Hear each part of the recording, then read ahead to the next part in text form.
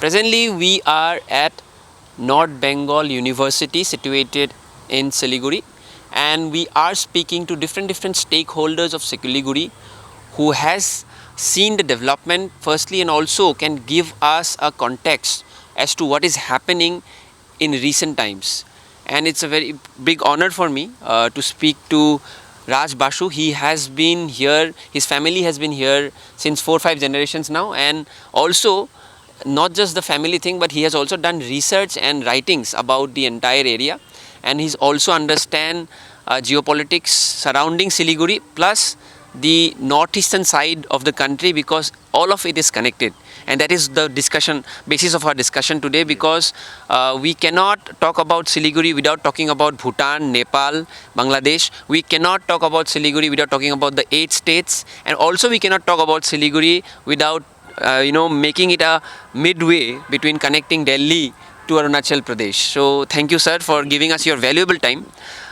First of all, let's talk about the news. Paper तो हम पढ़ रहे हैं, 2 दिन से 3 दिन से पेपर में आ रहा है, beat all these popular newspapers and TV channels that chicken neck Siliguri corridor के बारे में they are all writing. But all of it has a connection, a historical context to it. When we talk about protecting the Siliguri corridor, or this land being given to the central government or the central security agencies, we know the significance of it, but we also need to know the context. So please enlighten us. Yes. How do you, whichever way you want to enlighten, just please enlighten us. One thing we have to understand, that Siliguri is a very recent place. It only started somewhere in the 1870s and 1880s, because this corridor was then to be made. But this entire geography has a historical perspective, historical from all points of view, historical from the political point of view, historical from the nature point of view, and historical from the trade point of view. Because the civilization which we are living today is the civilization of trade. And if you see the entire world which lives this civilization, the trade began over here in the northeastern region. If you see, it began in the northeastern region, particularly all the way from Yunnan, from where the 3 rivers are there, Iravati, and the Mekong and the Salween. And then after that, the next biggest river that we have is Brahmaputra, which is often undermined when we talk about the development of India. And if you look at this place, this entire region is, if you see all the rivers that come from the Himalaya, it goes and meets the Brahmaputra. Right. So this is a very important thing, and all rivers after Tista goes and meets the Ganga. And you also talked about recently the Tista River. Yes, it's a very significant thing. It's very so. This triangle, it becomes very significant, because when the Britishers came, pre to the Britishers, we have to understand that we had Raj Mahal, which was the capital of undivided the then Bengal, Orissa, and Bihar. So which is very close by, which is next to Malda. This side is Malda, and the other side of Ganga is Raj Mahal. So you can understand. Before that, it was the Gaurs who were there. So the Gaur kingdom was very important, and the Kamrup kingdom. So Kamrup, Gaur, with Mahasthangarh being developed, and this side, Raj Mahal during the Mughal time. So everything put together, if you see, this was always a very important geography, which very recently came to be known as the chicken's neck from the security point of view. Because chicken, they called it, because it is, when you look at a chicken, you look at it as food. Yes. But we often forget that the entire world got this chicken because of the red jungle fowl. The mother gene of all the chickens of the world, it goes from this region. Genetically, it is known as Gallus. So it's a compliment. It's a compliment, because this is what we have contributed to the world. Right. So more than security, I would say it is more important for cooperation over here, because cooperation is something which has always remained the status of this place. Right. Be it between present Nepal and Bangladesh, be it between Bangladesh and Bhutan. be it between Bihar and Assam.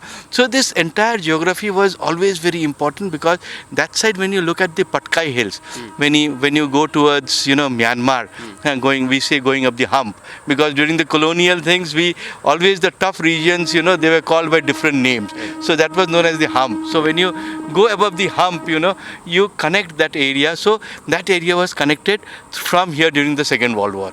So you can understand, because Patkai, if you look again, Patkai is related to chicken, because Kai means chicken, Pat means sacrifice. And Patkai is also historic, because we know that the civilization, Ahom civilization, began, yes, because came through that. Not only Ahom, the entire Thai civilization that migrated from present day Upper Myanmar and Upper Thailand and the Yunnan area. The entire Thai community, the 10 Thai communities that live in the northeast, they came through that Patkai region. So this Patkai, the name comes because the region was, it was a part of the tribal community where chicken sacrifice is the main thing. The entire spirituality is brought in the chicken, and the chicken is sacrificed for the god. So we have kind of established the name Chicken Neck. Chicken Neck is not just a security name; it is more than that, which Raj sir has already explained to us. It is a civilizational name. We are terming it.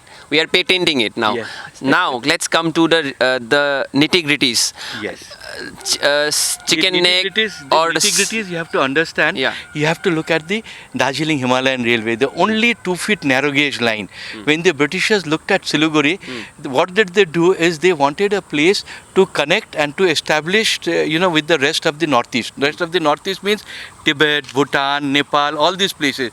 So they created this narrow gauge, which is still existing, the Darjeeling Himalayan Railway, which today goes all the way from New Jalpaiguri to Darjeeling. But it's a scenic location. Yes, and when it started, we had a Tista Valley Railway, which again went, the 2-foot railway, which went till Kalimpong Road Station, Gelkola, and then connected Kalimpong, because Kalimpong was part of Bhutan then. And then there was one line which connected Kishanganj. So you can understand this entire alignment of, Brahmaputra being connected to the Ganga through this railway alignment, because before the rail, what did we have? We had mule as the connectivity. So we had mule trains. So these mule trails went all the way from Nepal up to, if you see, Bumla Pass, going up to Sonazong, that is in Tibet. Sonazong, like we have Yatung over here. In the same way, as you cross Bumla Pass, just around 20-25 kilometers is Sonazong. Sonazong used to be one of the main trade route. So you went through Jelepla, went across all Tibet, and from Sonazong you connected through Bumla into Tawang. And if you see, Tawang is the only river that comes through Bhutan and then meets at Manas. Whereas all the other rivers from Arunachal comes and meet Brahmaputra directly. So this geography... It's a very fascinating insight. So first part of the conversation was about the Chicken Neck. Second part of the conversation was about how the connectivity happened during the British time when the railways were established, and this route and this area was very, very pivotal to it. Sir, I want to know from you. So other than the Darjeeling Himalayan narrow gauge, we had the Bengal Duos Railway and the Assam Bengal Railway. So you can see that how the entire trade, from the mule and the horses, from the silk route and the rice route, changed to rail route. Sir, after that, I want to know from you what happened after 1947. Because 1947, this guy called Redcliffe draws a line. He separates the drawing rooms and says, you are Bangladesh, you are India, you are Myanmar, you are Naga community. Some of their uncles are in the other side and they are in the northeastern side. What happens when that line is drawn? How does the Siliguri Corridor get affected? See, it is mainly when you draw the line. The line was drawn as back as 1905. Okay. It was not recent. It was back in 1905 that the land was drawn. From Rangpur, the entire mapping was changed to get hold of the northeastern region, because the northeastern region is the biodiversity hotspot that provided more than 40% of the water, of the non-saline water, of the pure waters, and more than 40% of our food products. So it all originates in these forests that we were here, this biodiversity. So it is also a biodiversity corridor. We have to understand, because when you look at the Mount Kanchenjunga that you see from here, that climbs from the Mechi River and goes up to the... Interject. Security corridor, then connectivity corridor. Now we are talking about biodiversity corridor. And if you see the Mechi River, the Kanchenjunga, the ridge which it rises from the Mechi River and ends in Kanchenjunga. Right. That means it separates geographically Nepal Himalaya and the Eastern Himalaya. Right. So why again it is biologically as a biological and a biodiversity corridor, how it becomes so important. So human civilization and the entire community and the life is dependent on this biodiversity that we have. Yeah. So this biodiversity strength brought the different communities over here, the Bodo, the Garos, the Bhutias, the Tibetans, the Dukpas, the Lepchas. So everybody who came here from time to time for opportunity. And on today's date, when you talk about security, we are talking about opportunity. So this opportunity can only be achieved not by making strict borders, but by making gateways and doable borders. Because if you so look... that the inter-community exchange can go on, Yes. and the trade can also go on. Yes. Sir, there is something I was reading about. If I am wrong, you can also correct me. Yes. In the 60s, there was demographic change here. A lot of people came, not just 60s, but in the subsequent decades after the partition, 50s, 60s, 70s. And the population, newer population came here. And since you are here from a long time, newer populations came here because Siliguri as a town was thriving. Yes. And what is the connection behind that? The main portion, as I told you, because trade passed through over here, and it was through rail, because rail trade was what East Himalaya, East India Company gave to us. So this rail trade that came into being, this was the crossing. Okay. So when His Holiness the 14th, his Dalai Lama, when he came down all the way through Tawang, Tawang. coming From down, and yes, and from Chardwar, yes. and passing Chardwar. all the Dwars, and the first stoppage used to be Siliguri Junction. So you can understand how important it is culturally. Not just for Dalai Lama, let me tell you personal experience. Anyone from the northeast, earlier we had a very small narrow gauge, then diesel trains came, electrification was only from Siliguri. Yes. Everyone used to stop at NJP, and then they can change the engine, and then we used to go to Delhi, Kolkata, or any place in the country for that matter. Yes. That was a ground reality. Yes. Now sir, let's come to our contemporary time. Yes. In the contemporary nature, we are hearing about the security challenge. The Yes. government is saying handover of land, the central government needs to have more control of this area. How do you see this from a historical perspective? Because history repeats itself, Yes. and some of the trends continue to repeat even in Siliguri. How do you see that, sir? See, if you ask me very frankly, Siliguri today has got two worlds. One is the underground world, because this corridor is known for its trafficking, be it human, be it drugs, be it your animal, wildlife. So all kind of trafficking that is there, it takes place. At the same time, it is an opportunity for trade. We shouldn't forget the opportunity, because more stricter rules we make, because this corridor is the only corridor which makes the entire country breathe. Right. If you look at it the other way around, when the government says act east, we shouldn't put our back towards the sun and follow our shadow. We should face the sun and follow the sun and go towards it, which means more than security, we should look at it as an opportunity. How do we open this up as the gateway for the entire country? Initially, maybe we can start with tourism, because tourism is the safest trade that we can have. Right. So for the Also, it creates a lot of cultural exchanges. Yes, because if you look at it, already, Southeast Asia, which includes Myanmar, or which includes, Bhutan, all this, or even Nepal as such, Right. They get much better quality tourists and much number of tourists who are connected to the northeastern region. Right. So if the northeast can be made the tourism and the cultural gateway for India, because if you immerse over here as an Indian, you slowly emerge as an Asian. That means Right. you get connected. So Yeah. if you want to bring Asia, which was Netaji's dream. This is also a quote I have read, that when a bird flews over Hanoi, that bird is closer to Guwahati than New Delhi. Yes. Similarly, our cultures so you are must, like that. you must understand that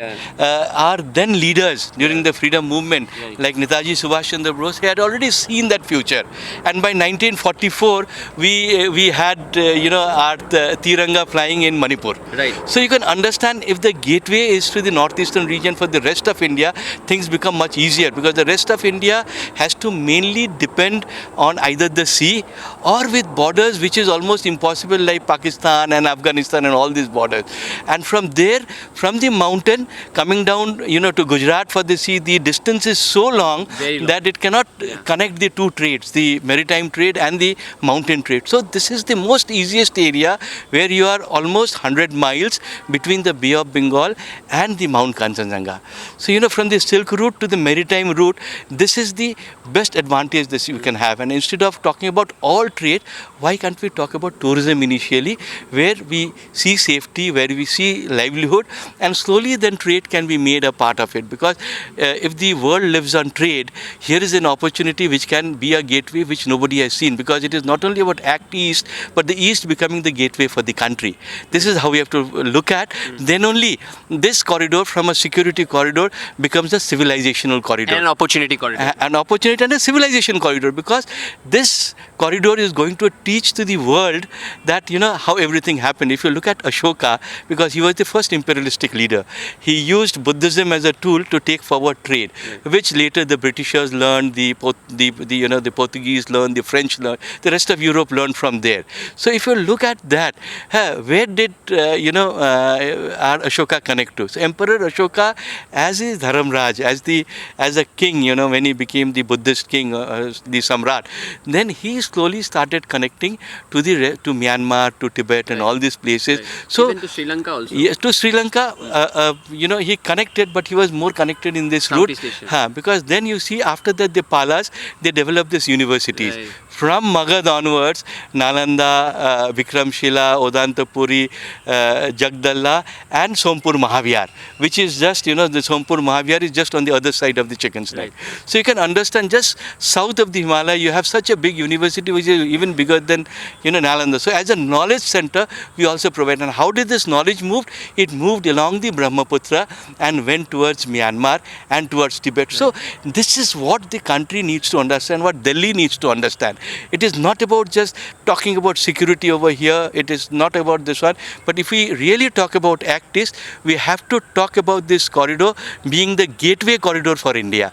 Then only it improves. So summing up, sir, firstly we talk about security corridor. Next we talk about the trade corridor, then biodiversity corridor, and now the civilizational corridor, which is the most important, which I feel, because it connects all of the rest which we talked about. Yes. It connects trade, it connects opportunity, it connects security. And our relation with rest of South and Southeast Asia. Which is very important, because before the advent of British, there was an open trade going on with the Southeast Asian countries. But and also we see the similar cultural exchanges, the wearing of hats by the farmers, the food, the rice, then everything, which a Bengali and an Assamese person can also connect, and so can the rest of the Northeasterns. It was a privilege talking to you, sir. It's very important to understand Siliguri Corridor from the lens of the civilization it has offered, from the trade, from the economic side, and not just limiting it to a security corridor, which will not help the holistic development, which it is the call of the hour, need of the hour, as far as the small area is concerned. Small area, immense potential. With video journalist Nishan, this is Nibir reporting for NewsX. For more such videos, subscribe to the NewsX YouTube channel, hit the bell icon.